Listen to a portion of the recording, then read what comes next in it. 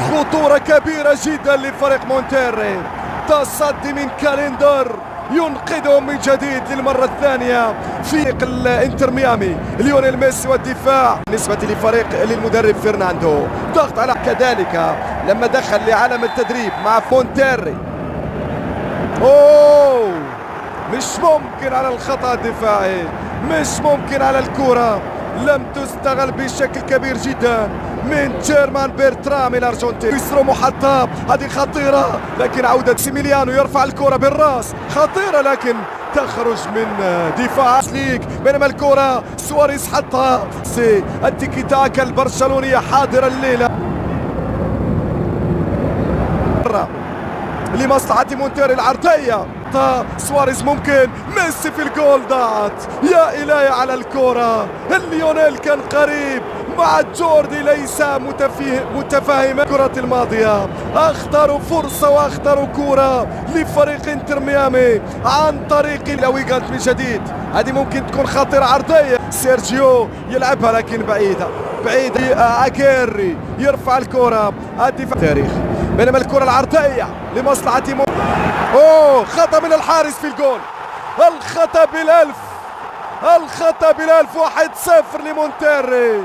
تخطئ أمام هذا المكسيكي. لا لا يا أورتيس لا. 1-0 لمونتيري، 1-0 للأزرق والأبيض. هدايا تأتي يا مارتينو. ميسي في اتجاه المرمى بعيدة بدون شامبيونز ليج بعد أن سجل 5 أهداف في الدوري المكسيكي. الخطأ يأتي لمصلحة فريق انتر ميامي. سيرجيو غونزاليز يمر من الأول، يحافظ على الكرة، يجيب الركنية بس على اليمين خطيرة لكن الدفاع إلى الربع الثانية في هذه المباراة. العرضية بالراس خطيرة. ارتيغا فوق المرمى يا كالندر عن طريق ماكسيميليان إلى جريسل. كرة ملعوب فريق مونتيري، وصلت على اليسار.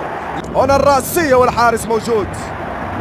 سواريز لم يكن متسلل في الجول في المرمى يا لويس سواريز يسجل ويدون، والحكم يؤكد بأن الجول سليم أم لا.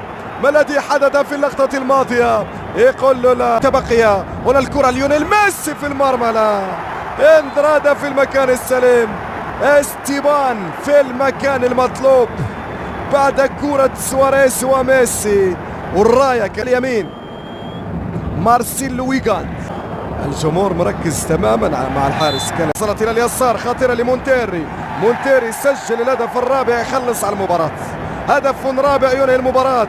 الكرة تلعب من جديد لمصلحة العديد من الألقاب. هذه قوية بعيدة إلى خارج أرضية ميامي. على اليسار جوردي ألبا دخل لكن المدافع ميسي. ليونيل لوحده، ليونيل يسدد.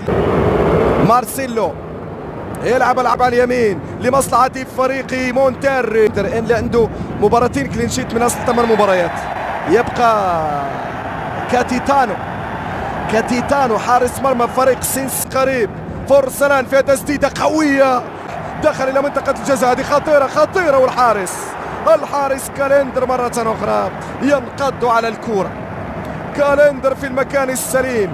هذه الكرة اللي كانت خطيرة من ارتيغا، مر من الأول من الثاني لكن الحارس كالندر هذه المرة الرأس من طرف بيرترامي.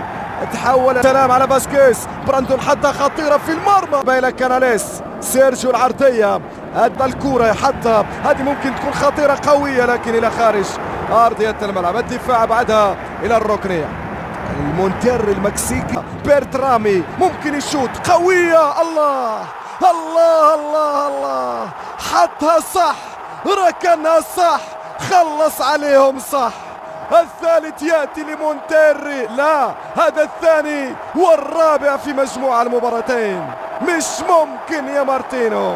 هدافهم الأول جيرمان بيرترامي استلم الكرة، يمر من الأول. وين رايح يا رجل؟ خلاص الكرة تعود من جديد. ولا العرضية، الله عليه، الله عليك والله عليه.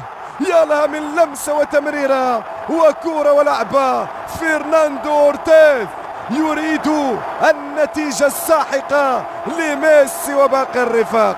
تخسر 1 مقبولة يا مارتينو، تخسر بال5-1 ذهابا وإياب.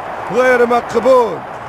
كرة تلعب إلى الجهة اليسرى لمصر. جوردي يحاول يلعبها إلى ليونيل لكن بعد في الشامبيونز ليج ب7 أهداف.